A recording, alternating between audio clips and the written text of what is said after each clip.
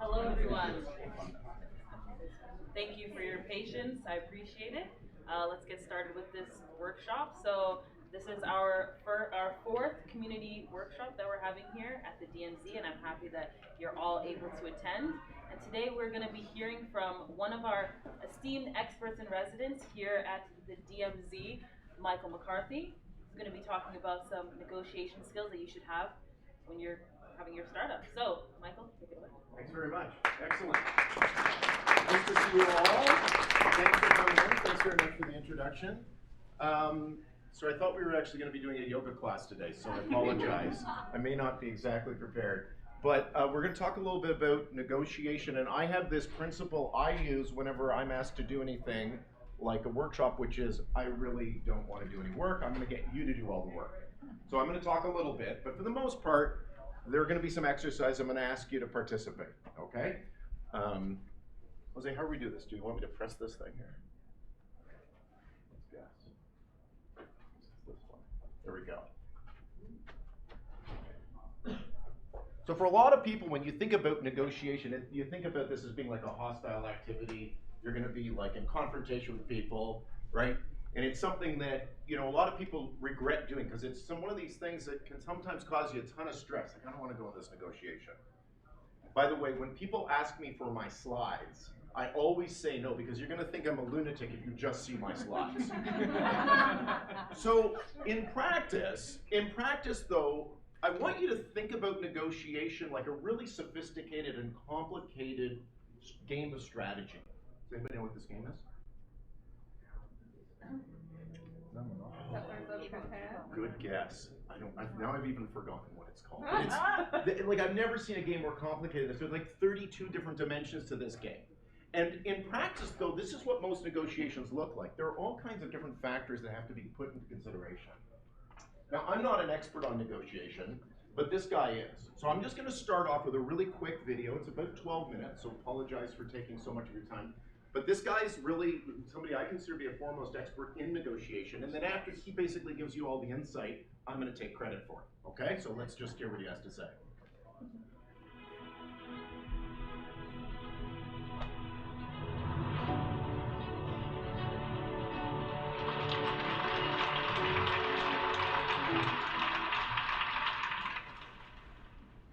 I was an FBI hostage negotiator. It sounds like a cry for help, doesn't it? There were more people working in the federal building I worked in New York City than the small town in Iowa I grew up in. My mom is still trying to figure out how all that happened. My mom, by the way, is a loving, no-nonsense, hard-working Midwestern mom who says what she means. You know what the difference between that kind of mom and a terrorist is? You can negotiate with a terrorist.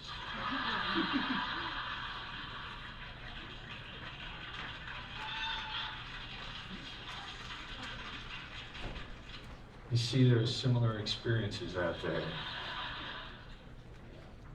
When you're an FBI hostage negotiator, you deal with the mad, the bad, the sad, to quote Tom Strentz, the godfather of the FBI's hostage negotiation program. It means you believe you never split the difference. How are you supposed to split the difference with some bad guy who's got 4 hostages, he wants a jet to Cuba and $1 million? You say, all right, we'll take 2 hostages, we'll give you a helicopter to New Jersey, and you take an Uber from there. Of course not. One other myth I'd like to dispel about hostage negotiators as well. I said we can say whatever we want to get our way because these are one-off negotiations and we're never going to see the bad guy again. Well, hostage negotiators have repeat customers. It was a siege in a major city in the U.S. The bad guy was on a run for 10 days after having murdered 4 people. They finally get him cornered. He's got 2 hostages. The negotiator gets on the phone with him. The negotiator's all excited. And the bad guy literally says to him on the phone, "You're not doing a good job. You're supposed to be establishing rapport with me."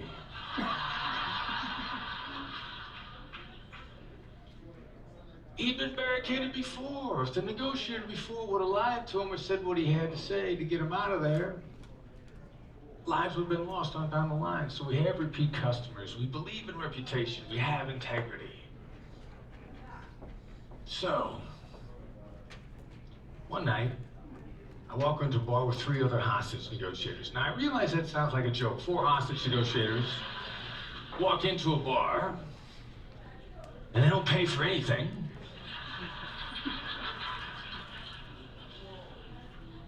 But this actually happened. The 4 of us walk into the bar, and the place is packed. It is jumping. And I look around, I see a seat empty at the bar, and I go over and get ready to sit down in it. And the guy sitting next to the seat says, "Don't even think about it."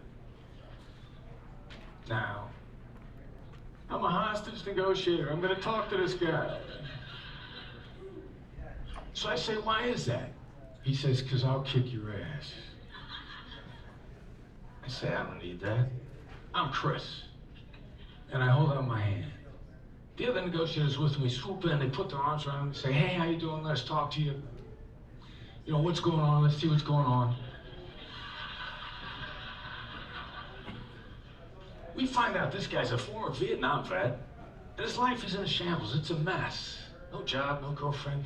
He's out, he perceives the world as celebrating and happy.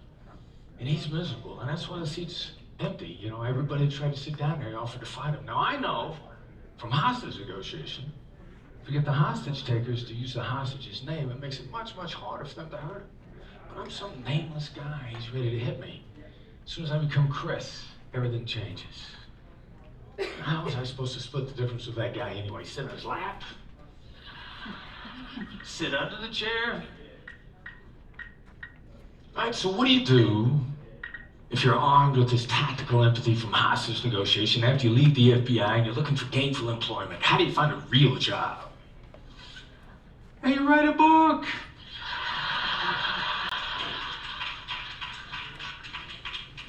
I wrote the book, Never Split the Difference, with Tal Raz and Brandon Voss about applying the tactical empathy from hostage negotiation to the bullies and the liars that we encounter every day, to the bad, the mad, and the sad we run into in our jobs, in our social interactions, at our family gatherings,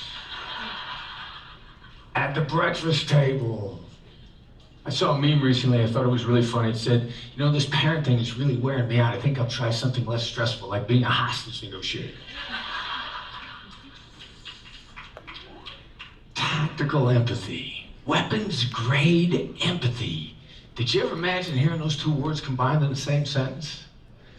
In Never Split the Difference, we define tactical empathy as simply taking an inventory of the perspective of the person you're talking to the adversary, the counterpart, especially the parts that we don't like, and then telling them what it is, describing it back to them calmly.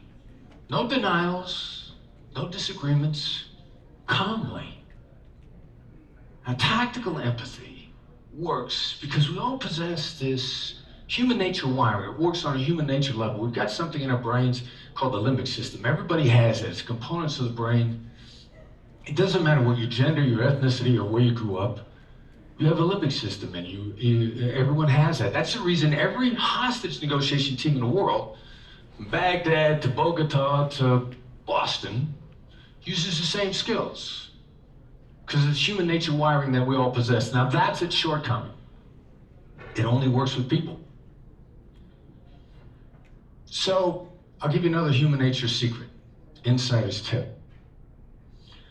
We all have one way we tell the truth, one way. We might lie 5 to 7 different ways, but you've got one way you tell the truth, and that's the way a polygraph works. And the way Khalid Sheikh Mohammed was identified by 2 colleagues of mine as a mastermind in 9/11. Now, the way a polygraph works is you come inside, they sit you down, they hook you up to this machine, they put all these wires and these gauges on you, and they ask you a series of control questions to lay down your one way of telling the truth. You know, what day is it? Where are you? What's your name? What'd you have for breakfast? They get your baseline for truth telling. Then they ask you the hard questions. Did the dog really eat your homework? Were you really in the bathroom when the fight broke out? It doesn't matter which of the many ways you might come out of your truth-telling. The only thing that matters is that you came out of the truth-telling baseline. Now, a few months after 9/11, a secret government agency had a terrorist in custody at a secret location outside the United States. The terrorist was badly wounded. And they were worried that he was going to die, and they needed to get somebody in to interview him that knew the substance of the case, and two colleagues of mine were the only ones close by. And the reason why they were worried this guy was going to die and move on to the next life was the only reason that they were going to let my colleagues come in, let FBI agents come in and talk to him. So they get together and they say, they've got a picture of the person they know to be the organizer of 9/11, but the picture's not good enough for them to be able to tell exactly who it is. So they say, we just talk to this guy long enough till we know what he looks like when he tells the truth. And then we lay the picture on him, see what he says. So they talk to him, they show him the picture, and they say, who is this? And he looks at him and says, you know who it is? And they go, no, we don't, that's why we're asking. He says, it's Ramsey's uncle. Ramsey, the Ramsey he's talking about is Ramsey Youssef, who's in an American prison doing life, and he's a mastermind of the first World Trade Center attack back in 1993. Khalid Sheikh Mohammed is his uncle, in fact the organizer of the 9/11 attack. And the interesting part about this at the time is most of the US government doesn't think Khalid Sheikh Mohammed is involved with Al-Qaeda at all, let alone organizing the attack. And that's how he was identified, with that human nature truth. Now, what's the point? The point is that even terrorists are humans, and there are human nature rules that apply to all of us in all situations. So several years ago, while I'm still with the FBI, I'm up at Harvard Law School's negotiation course, and I'm going through their negotiation course because Harvard and the FBI have the same definition of empathy. Bob Mnookin, the head of their program on negotiation, says empathy is just describing and demonstrating an understanding of the needs, interests, and perspective of your counterpart without necessarily agreeing. And he goes on to say, it's not about liking or sympathy in any way. And I'm thinking, I can get behind that. How am I supposed to like a terrorist? This is perfect. In sum and substance, the FBI on one hand and Harvard on the other have the same definition of empathy. So while I'm up there, I'm looking for some more academic, scientific evidence that backs this idea up of universal human nature wiring. And one of the brilliant instructors up there, Sheila Heen, talks about a book called Descartes' Error. And it's a study and scientific proof that emotions are intertwined in all of our decisions. We make our decisions based on what we care about, which makes decision-making by definition an emotional process. And I'm thinking, perfect, eureka, this is exactly what I'm looking for. The only problem is, I've never heard of the philosopher named Descartes, so I write down Dick Hart, D-I-C-K, D-I-C-K-H-E-A-R-T, Dick Hart. And I go home and I Google Dick Hart and I can't find him anywhere. I'm thinking, I don't know why Sheila's so impressed with this guy, nobody ever heard of him. Dick Hart's error is that he needs a PR person so people know who the heck he is. Eventually, though, I do figure it out. All right, last story. A friend, a colleague, a client uses the transformative skill of tactical empathy to cut million-dollar deals in the tech sector. He's enormously successful. He's at a family gathering. His youngest sister has had too much to drink. Now, his youngest sister is a primary caregiver of their dying father, and the stress on her is enormous. And he's seen her before at these types of gatherings lash out at other people when she starts in on him. And he realizes now it's his turn. He sent me an email that said, I just wanted to make her feel heard and to not dispute a thing that she said. It went on for an hour. The next day, she sends him an email that says, yesterday I attacked you and you showed me nothing but love. Thank you for being my big brother. Ladies and gentlemen, the bad, the mad, the sad are everywhere. They're us. Don't let just terrorists and bank robbers be the beneficiary of this transformative skill. Use tactical empathy on the people you talk to, your adversaries. Turn them into counterparts, turn them into loved ones. And never split the difference. Thank you.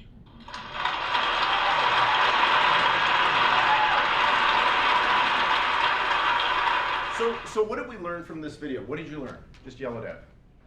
Technical empathy. Tactical empathy, and what else? What else did you learn? Yeah. Empathy is about understanding, but not about like sharing the same opinion. Right. That's really good. That's a really good synopsis. Anybody else? Something you have to learn. Something you have to learn. Absolutely. Really readily innate, like you don't just. Yeah. You have to hone this like any other skill, right? Anybody else? So I was yes, please. Turn your adversaries into loved one or allies. Yes. Yes. Very good. Very good. I was doing this and I asked this question of a group, and somebody said, well, I learned how to fool a polygraph. And I'm like, I don't think that was the message I was looking for, but I guess that was one of the lessons that comes out of this. But when we look at negotiations, and I think this is another dimension of this that I want you to really think about, which is, and this is really very much tied to the idea of empathy, right? Empathy is about understanding the other person. And out of the gate, people have their own styles of negotiation. And what you want to do is you really want to understand what is their style of negotiation. Okay? So I'm going to get you right now into a negotiation with the person that's sitting closest to you. So can I get everybody to stand up, please? Okay? Okay? Now, you are going to look at that person and you're going to say, so one of you is going to be, can I use you as my partner quickly? So just, you can put the paper down. You don't need the paper. We're going to just get into a handshake here. Now you're the person that I have to negotiate with. I need my hand back, and I have to negotiate my hand back. Does everybody understand that? So he's got his good grip on. Okay? If you're big and strong, I'll ask you to clear out a little area so that you can not hurting anybody else or falling on any chairs, but I want you to get my hand back. That's my objective, okay? With your partner, choose who's going to get their hand. Okay, get your hands together, and then what I'm going to ask you to do is begin your negotiation. You can work with this person right here. Does everybody have a partner? Come on, there you go, right here. There you go. Better if you don't even know them. Right here, right here. There's something right there. Go ahead. Good. You're good. You were negotiating your way out? Excellent, and it worked perfect. Once you're out, sit down. Once you're out, sit down.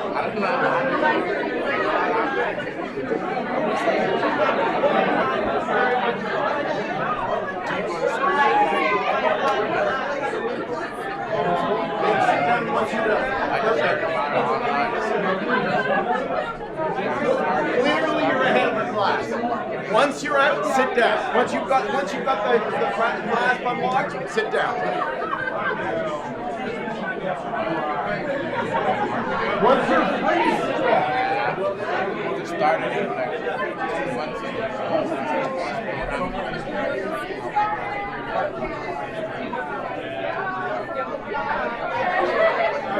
And stop.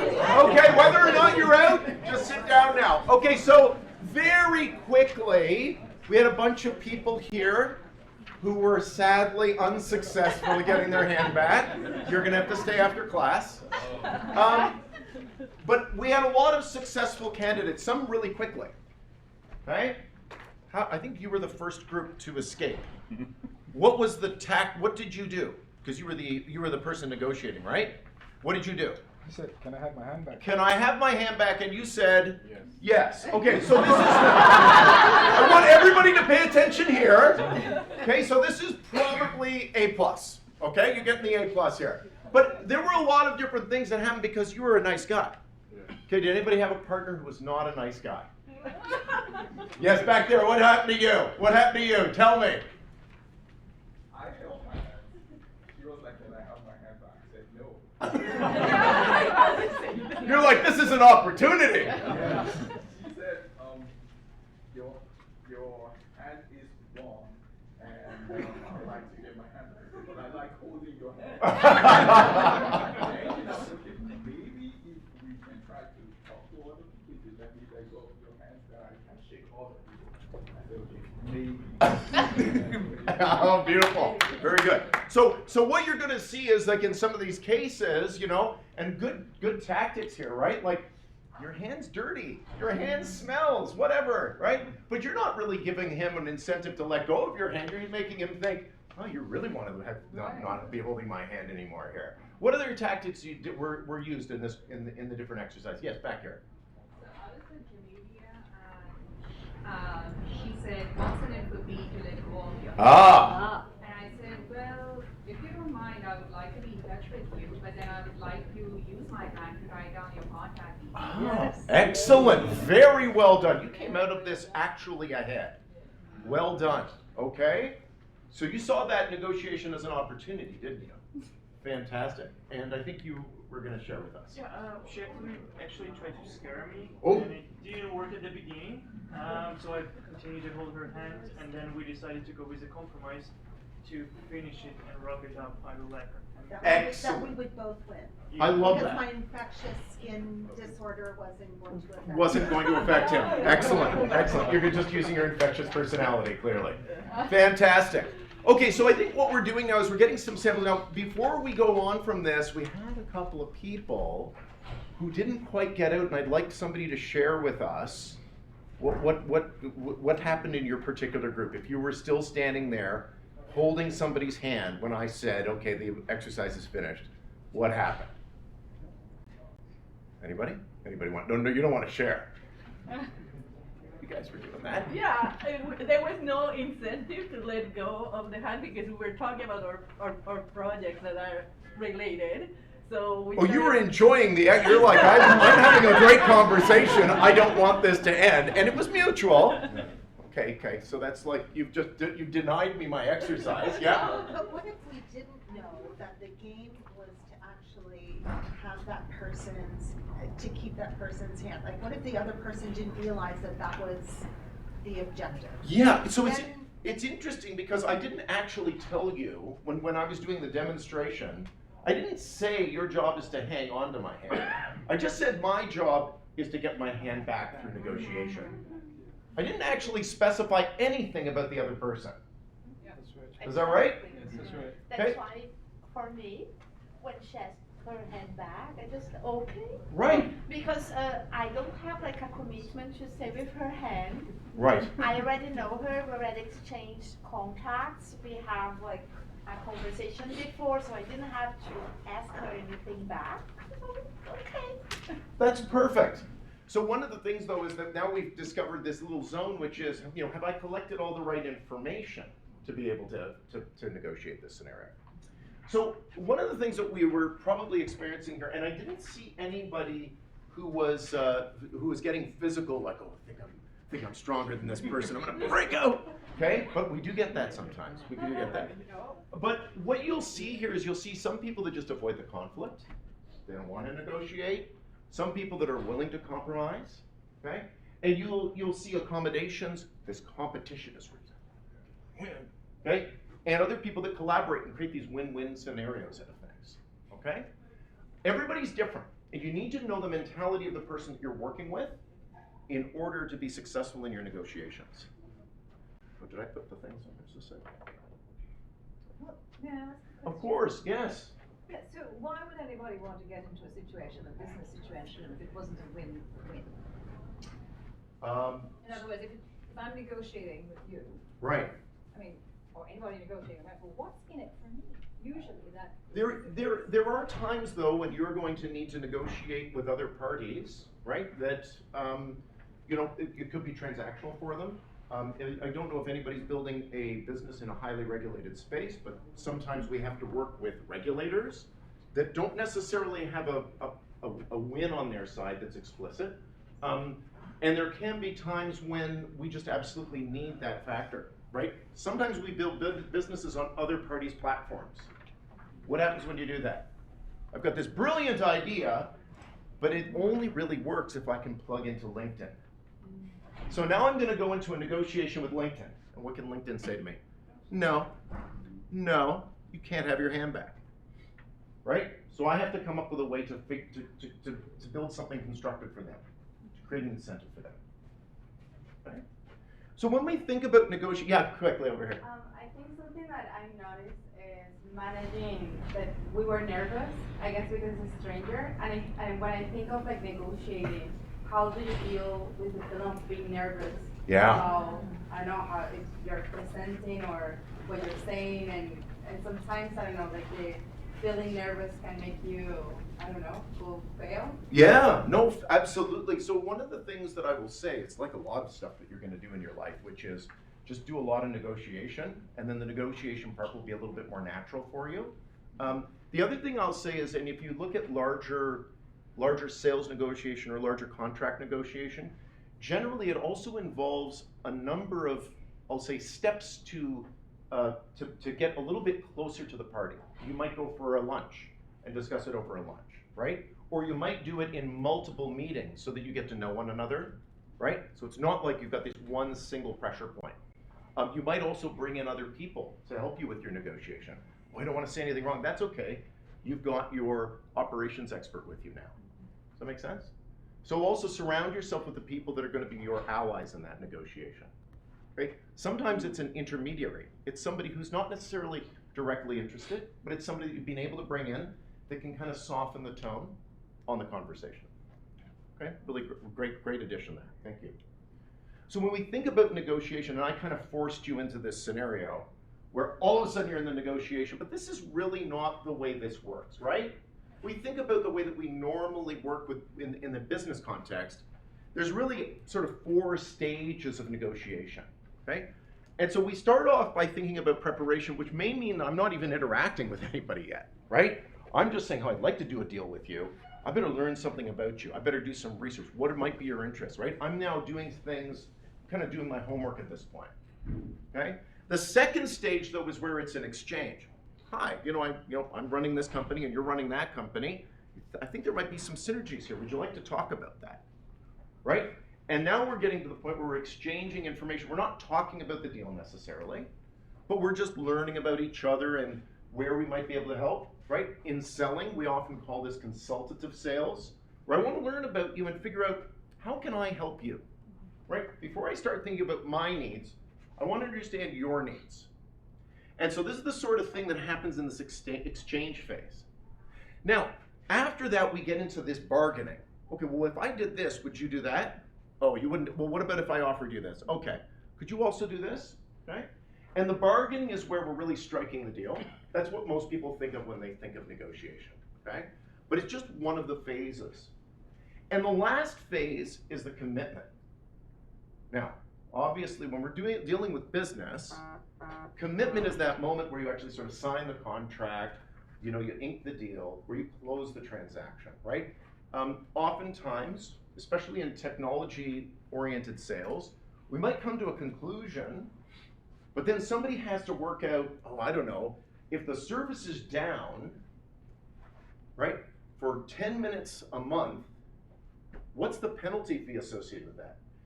That's a detail, but it has to be worked out. And it's worked out in the commitment once we actually fully flush out the service level agreement, the contract, all the lawyers have looked at it, we've signed it, and it's official. Does that make sense? Okay?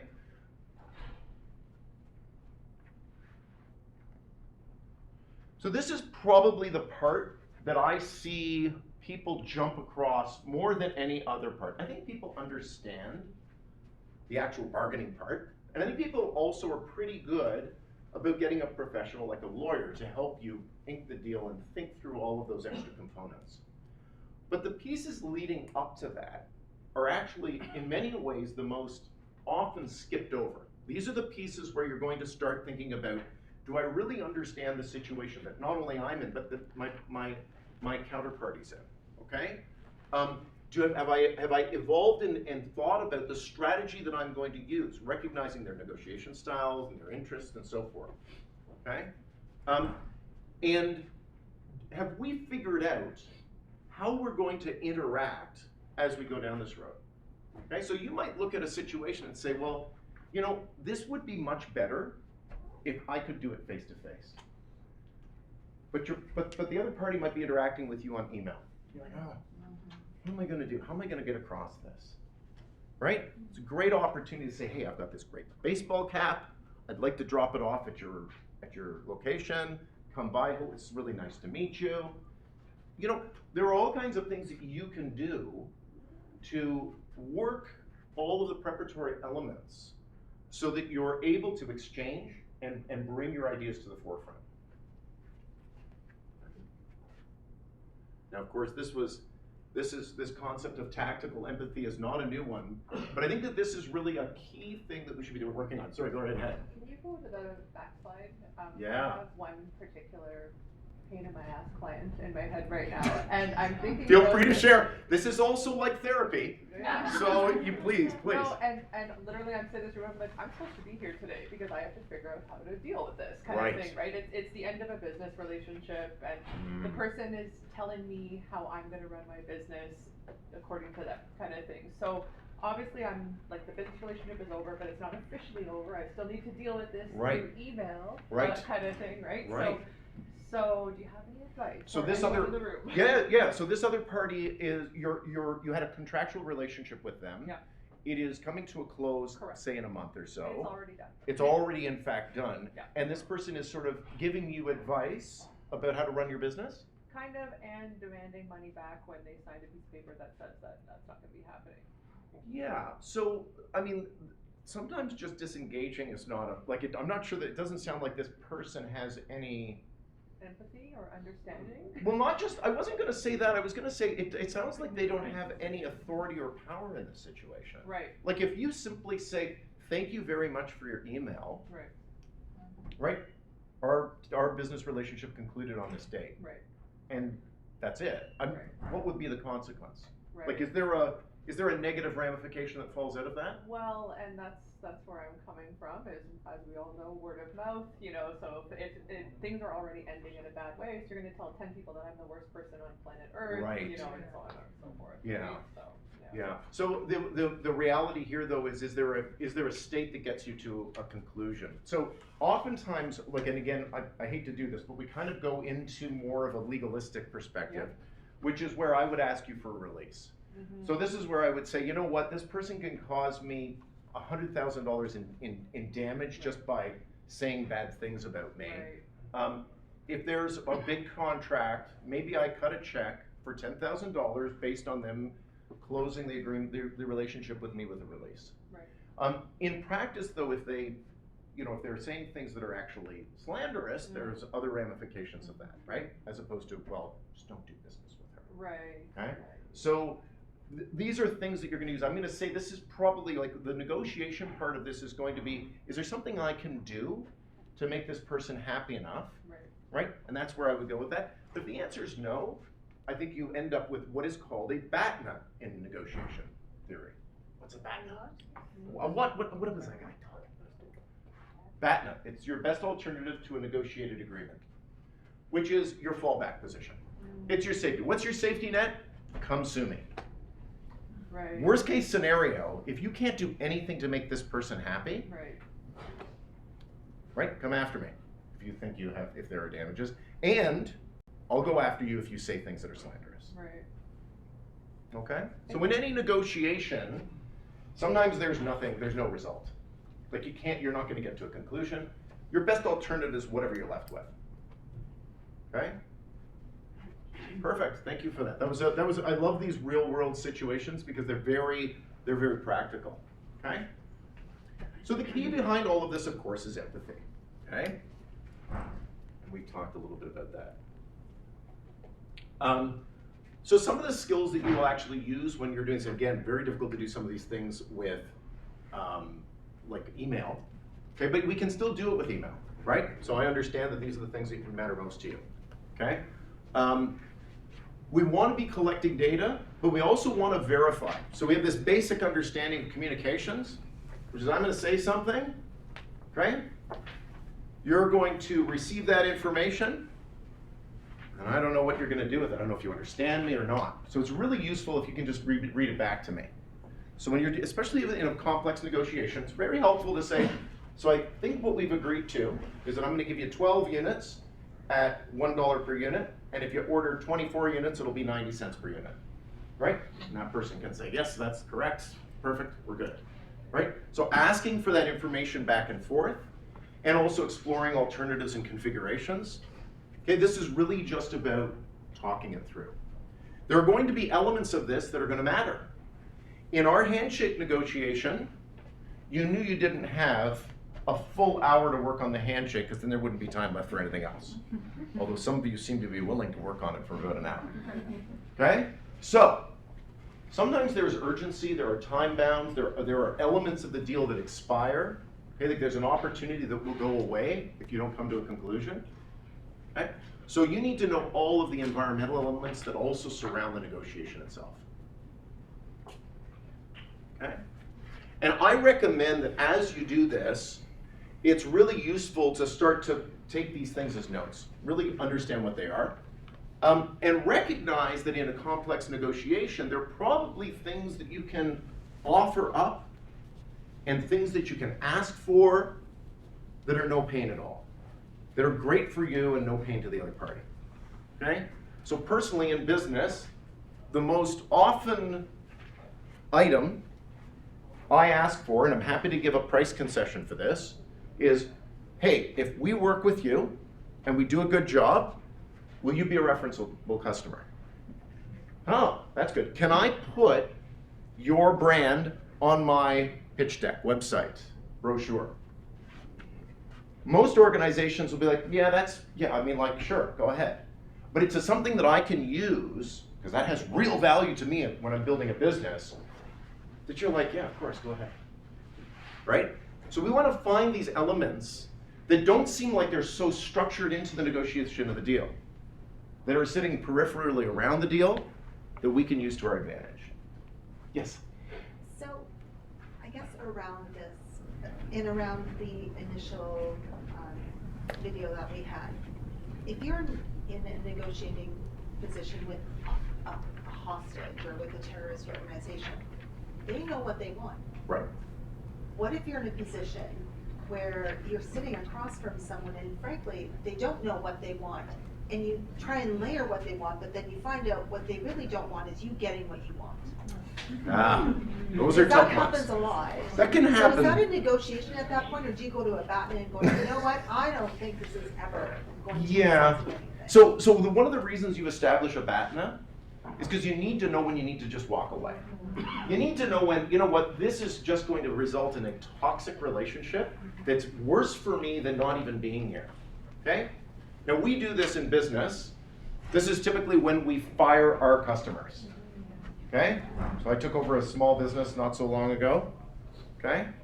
And our biggest customer, marquee customer, the one that we put on all of our brochures, was costing us money.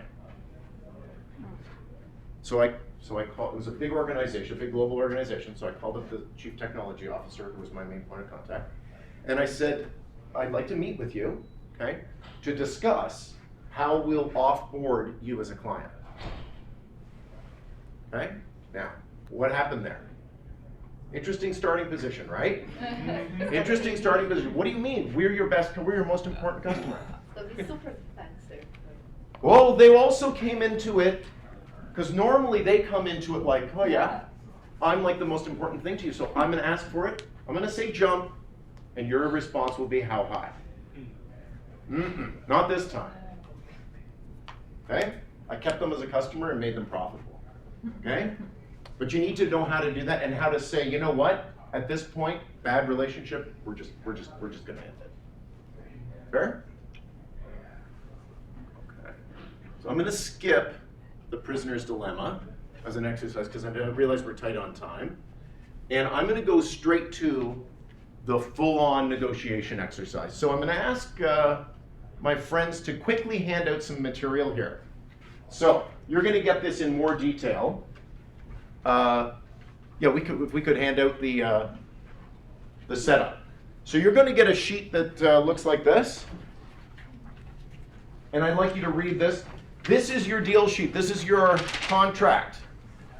One of you, you're going to be in pairs again. I will suggest you get a different partner or somebody you haven't worked with before, just to make it a little uncomfortable, a little extra experience for you. Okay? And what I'm going to ask you to do, one of you will be a buyer of some technology, some intellectual property, and the other one will be the seller of that technology. You will read this case. You will come to an agreement with that other person, and you will write the deal here, and you'll both sign it. Once you've done that, you can give me your sheet, and you are done. You can use this entire space around here, by the way. Okay? Now, does everybody have this sheet yet? Almost? Yeah. Everybody back here does, though. Yeah? Has everybody got one? You don't have one? Put up your hand, please, if you do not have a sheet. There we go. We're coming along. Oh, yeah, I guess. You're missing one? Here, you can have mine. Every person needs a sheet. You also now need a partner. Once you have a partner and a sheet, you need a sheet or a partner? Sheet. Everybody else has a sheet? Anybody else missing? Okay, so you have a partner and a sheet. Has everybody read the situation? Pick who's the buyer and who's the seller right now. In your pair.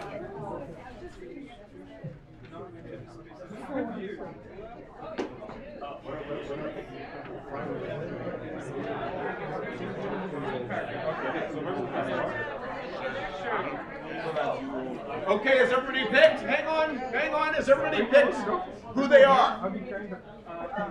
So you're gonna be seller or buyer? So buyers, are these buyers?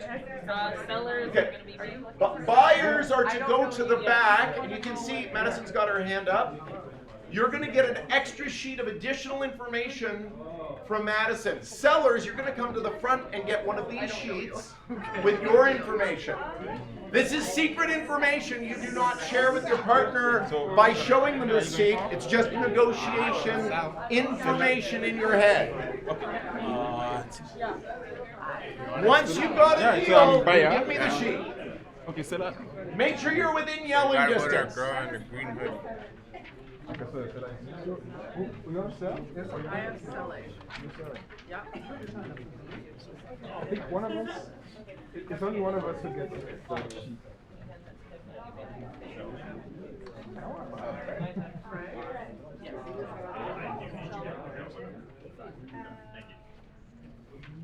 Oh, it's on, there's this flyer on the station. Oh.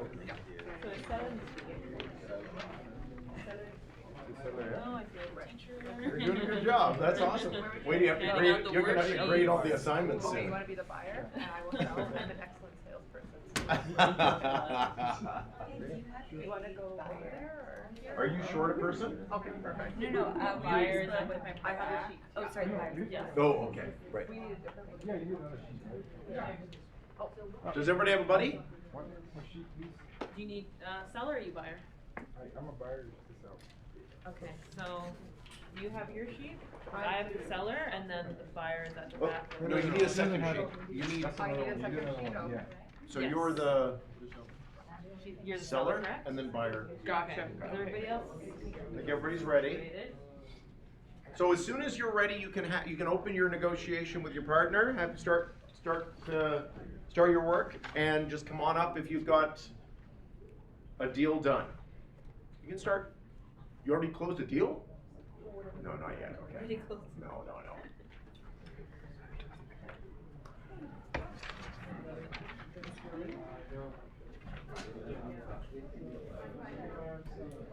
Thank you.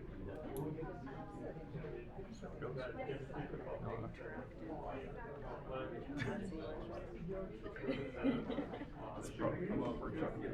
Yes. Are we good to go? Okay. Feel free to move the chairs around. I kind of let them go for a bit. That's all right. Yeah, just because it's normally. You had good coffee. That's all. Yeah. You know,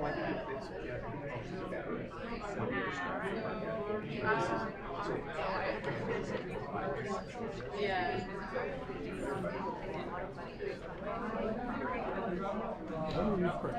Okay. This is normally quite an extensive exercise. Some ammo.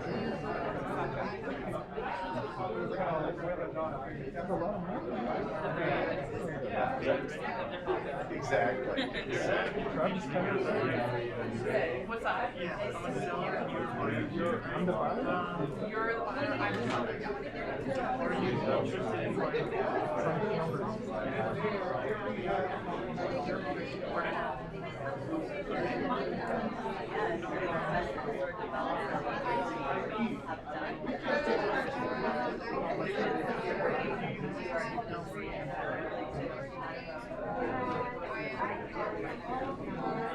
Okay? All right, let's do it.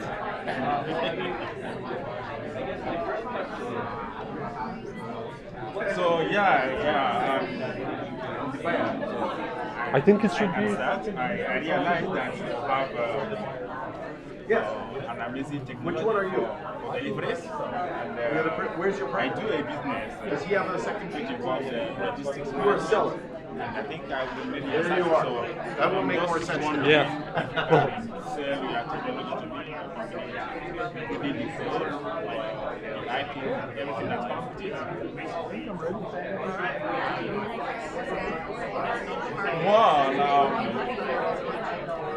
Depends considering the value, maybe I have read much about your products, so based on my own perspective, I will be willing to pay you $150. Everybody has two. You're a seller?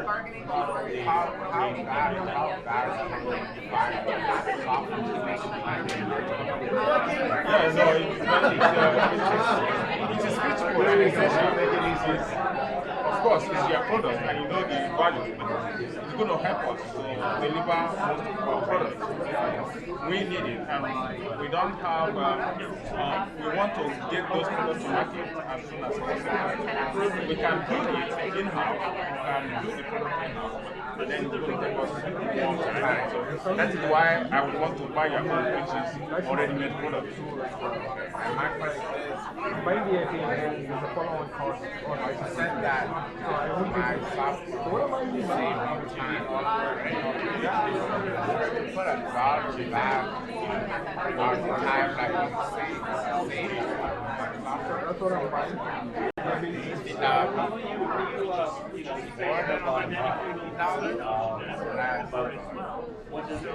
Fantastic question.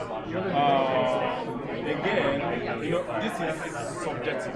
Okay, I'm going to just quickly give you an extra piece of information that's not in the case, but Amazon just moved to Toronto and they are now offering any developer a minimum base salary of $110,000 regardless of your skills. Carry on with your negotiations. This is what I mean.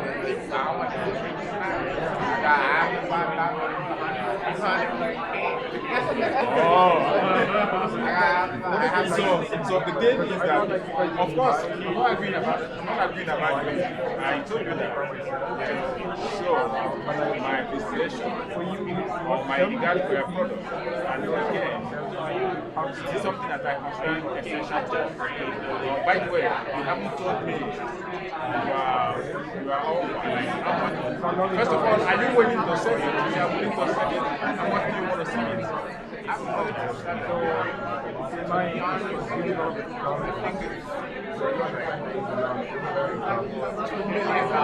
$2 million? Oh, fantastic. I love that idea that it's worth. But then again, you have to consider the future. But if I have $2 million, I can build it within a week. I can hire developers and I can build it within a week. But I feel like with that, it will take me and cost me time. Yes, but 1 week is not much. 1 week is not very much. I can get set of freelancers. I will not work with my core development team. I have freelancers. I can get them together. And the week or 2 weeks is done. Anyway, well, I love your idea and So I can come up. I would appreciate that we come to a compromise. I know because I'm a software engineer, I'm an expert. I know what it is. I wouldn't want to take your product for granted, not giving you the desired value. But again, it's not up to that. Of course, if I have such amount of money for the product, I wouldn't spend this time to negotiate. I can really have purpose of that. So what, because time is money. I just want to tell you that I'm interested in the product. I would like to have it. So what about 400? 400? Yeah, 400. Just to tell you how passionate I am about it. 400. I know. The thing is that this 400, I have had such product.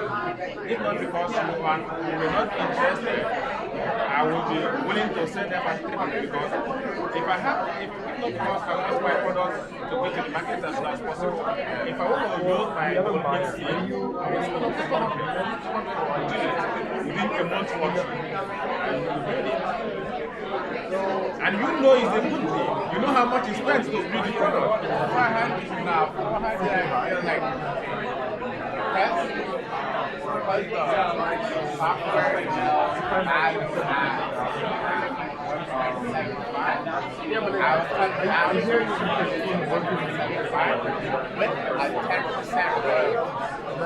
well, you said 2 million is your product. You say it's 2 million, of course, I can't spend 2 million.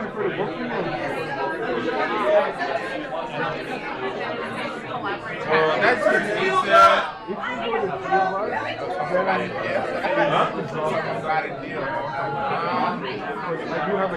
yeah, no, just think about it, you know, just the way you see it. If you're not comfortable with the price, maybe we are not supposed to have a deal, but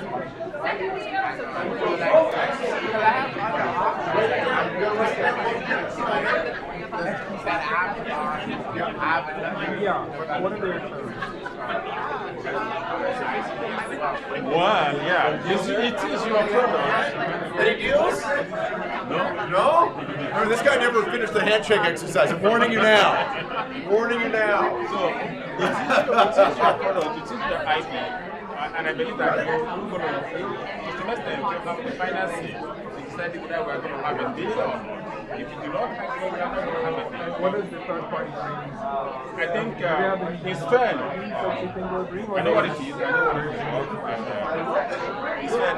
So, what is your last one? So, no. Your final option. 1 million. 1 million? With 10% royalty. 1 million is way more than the price. So let's say second deal done. So now we're talking about delivery. You know the value of delivery.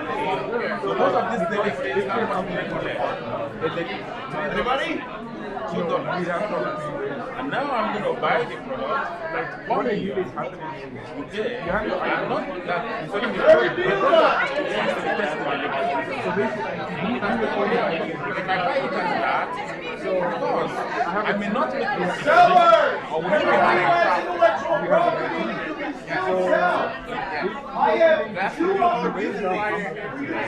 okay, well, anyway, the thing there is that I have a budget for it. So, as I told you, my intention is to take the price for granted. I want us to have a compromise. I wouldn't take less value than what it is.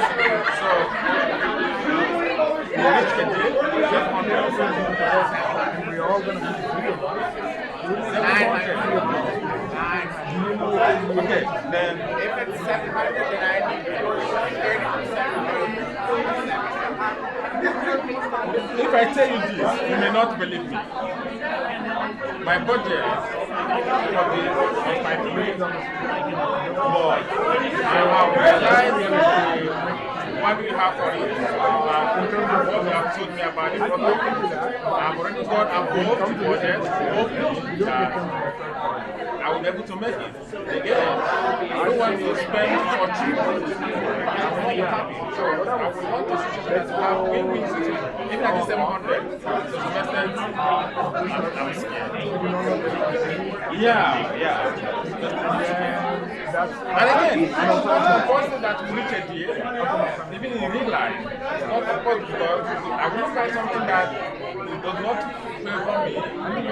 Not like favor me, but I'm going to lose a lot. If not, I feel like you're losing a lot. Like, yeah, you're spending money, but you're saving time. You're saving time. Okay, everybody, 1 second. We have 2 people that have gone into the deal. We have 2 buyers that can jump into any conversation they like to try to get a deal. You're one of those people. Okay, so we do not get the deal. Go jump in. Because I have so much offers. I have 3 offers right now. One for $750. Yeah, that's the thing. So that's the thing. I want to have offers. I have to go whether what I can offer. What I can do. What if I say that okay, I'm going to connect, I'm not spending on so, but the thing is, first, when that prayer offer, I want to discuss about 1 minute. So 1 minute to finalize your deal. This is a deal.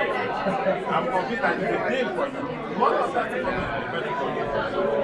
I feel that if I cut off, if I give it away for $700,000, that's their market value.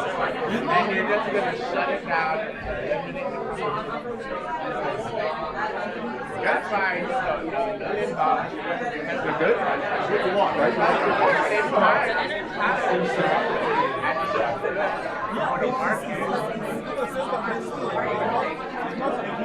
Ten seconds!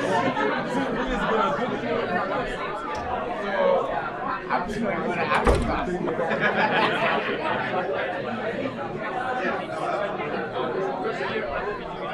Another deal done!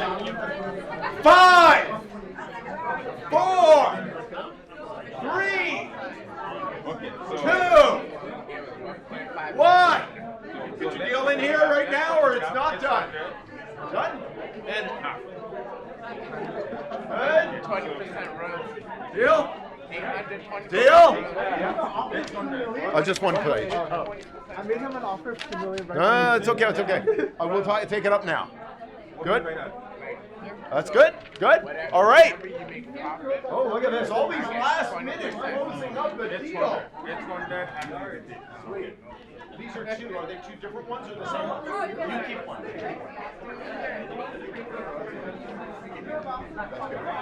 All right, everybody grab a seat, please. Everybody grab a seat, please. How are you feeling right now about the deal you just did? Okay, you feeling good about it? Oh, yeah, everybody's like, you know, I should have just done a 10-second countdown at the beginning, and all these deals would have come in. Okay, so first of all, before we actually talk about the deals you struck, I want to hear about the approach you used as a buyer or a seller. Let's start off with the buyers. Tell us about the approach you were using. Yeah. Me, I use a lot of active listening. Good. And I use the fact that it's going to save him time. Right. And then, yeah, we never reached a deal though. But You didn't reach a deal, but that was your strategy. Yeah. We'll talk about not reaching a deal later. Anybody else? Strategy, yeah. So, I mean, this feels a bit evil, but Yeah. It's always a good sign when somebody starts a conversation off with, this So- feels a bit evil. No. Go ahead. Like, so I understood, like, you know, the full thing, like, Yeah. you know, who the other party is, what they're offering. Then I gave them a counter offer. Right. Like with maybe the money, but like less money. But I counted how much the team we're gonna be paying the team Okay. to the equity of the deal. Okay. And then that was able to like lower the cash. Good. Initial cash offer. Good. You used all the things at your disposal and a little bit of back and forth in there. Excellent. Anybody else? Yeah, over here. So I use the constraints that we have placed on us from a financial perspective. Okay. But also knowing that the revenue generated over a period of time as it had been set out also enabled me a little bit more potential wiggle room of going back to my people. But also knowing that it would be way more valuable to have the owner of the intellectual property with us during that period. Right. And included as part of the deal rather than just their technology. Right. And so that was where I kind of. So I like this because you kind of broke the exercise a little bit based on making a judgment call, right? Which you're going to have to do, right? Like you didn't have an explicit, but you were like, hey, look, it only makes sense that I'm going to dip into this. I'm happy to explain that later to whoever gave me the authority. Excellent, excellent. Over here, yes. Yeah, so we're negotiating what will happen not only on the deal, but after the deal. Good. Yeah, and we have reached the conclusion that the seller joins the buyer's company. Nice. As head of inventory management for a period of 1 year. Cool. And if we reach that KPI of 1 million sales in the next year, the contract is being extended to 5 years. There we go. Excellent. Very good. So you've got a pretty thoughtful way of doing this. And one of the ways that you figured out this was you had a conversation with them, right? To figure out like what is this other person's interest. So let's now do the other perspective. From seller's strategy perspective, what were you doing? Way at the back. Finding out what they wanted. Finding out what they wanted? Give me more on that. Just asking questions. Yeah? What did you learn through your inquiry?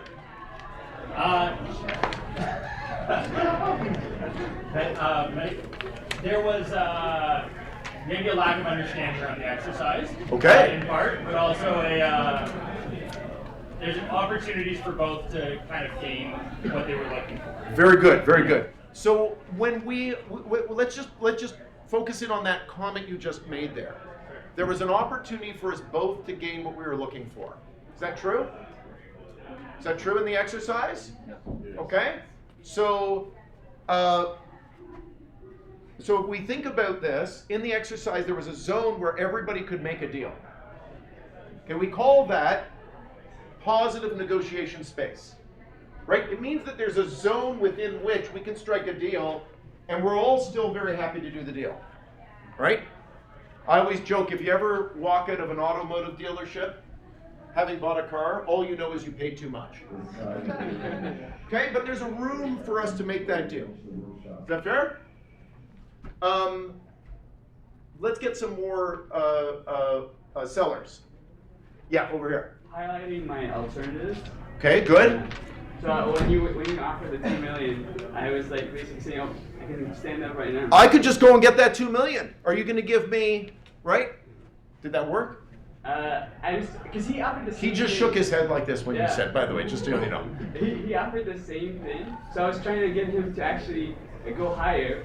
Because you were trying to get him to outbid me. Yeah. Did that work? No, it didn't. No. I lost it, and then in the end it was 1.8 again. You're gonna add something? Went for Shark Tank style, Sure. so the highest possible number, Right. down to what you were planning. We're on. starting at $1 billion, and we're gonna work our way down. Perfect, perfect. Anybody else? Yeah, over here. When I pay attention carefully about their offer, what kind of offer the buyer offered to me, but it pretty much satisfied the term, the idea of what I got it. So I think that this is a good, workable deal. Fantastic, fantastic. And yes, right here. I would say I'm trying to let them talk to me, give me the number first, so I can sort of estimate where their anchor point is. And if it falls into my ZOPA, like the zone of possible agreement, then we can start working on it. If it's not, then I have to try to reframe the whole thing. Nice. Okay, so lots of good strategies. I'll take you back there as well. So the way I viewed it was, you're offered a salary at $90,000. Yeah. And then I times it by 5 years to say that's the 5 years you wouldn't be able to work alternatively in that industry. Right. So then that's $450. And then I said, okay, you got $750,000 that you were offered, so I need at least $1.2 million. Right. Or I get $1.2 million off of that deal. Right. So then I said, this down here says you think you can get $1.5 million. Yeah. at least. Now that hasn't been offered, but you think you can get that. So I said, I'm willing to negotiate anywhere between 1.5 to 1.2. We can get somewhere in there, I'll make a deal. Completely You reasonable. offered $2 million, I said, I'll take that right there. Completely reasonable. Completely reasonable. You saw the opportunity, you grabbed it. And also, that was a limited opportunity, right?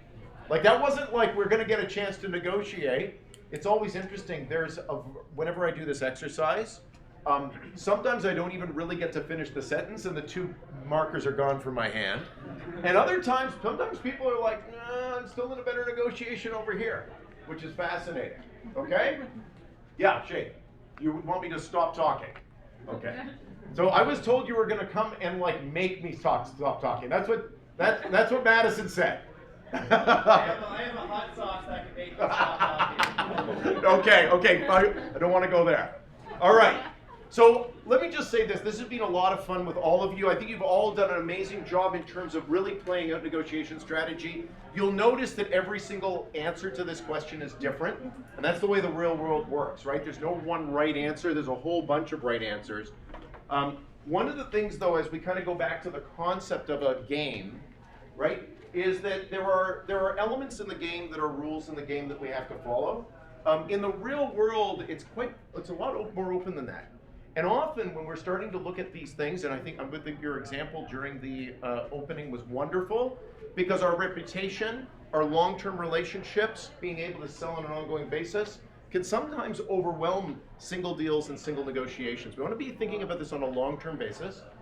And the other thing that we have to recognize is that we live in a society in which we have to obey certain laws and so forth. But obeying the law is the lowest level of adherence. We want to think about going and doing much more beyond that, so we have these sustainable relationships at work. And to me, that's just all about negotiating with integrity.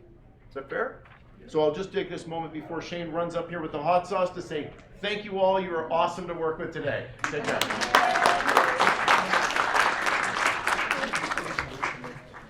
So good pose happening right now, and we're having our Hot Ones challenge. If you guys can take the heat with the chicken wings, and we are going to be doing this like it's every month. We're having these community workshops, guys. So I hope to see you in May, and yeah, enjoy the event and the networking. Thank you guys for coming.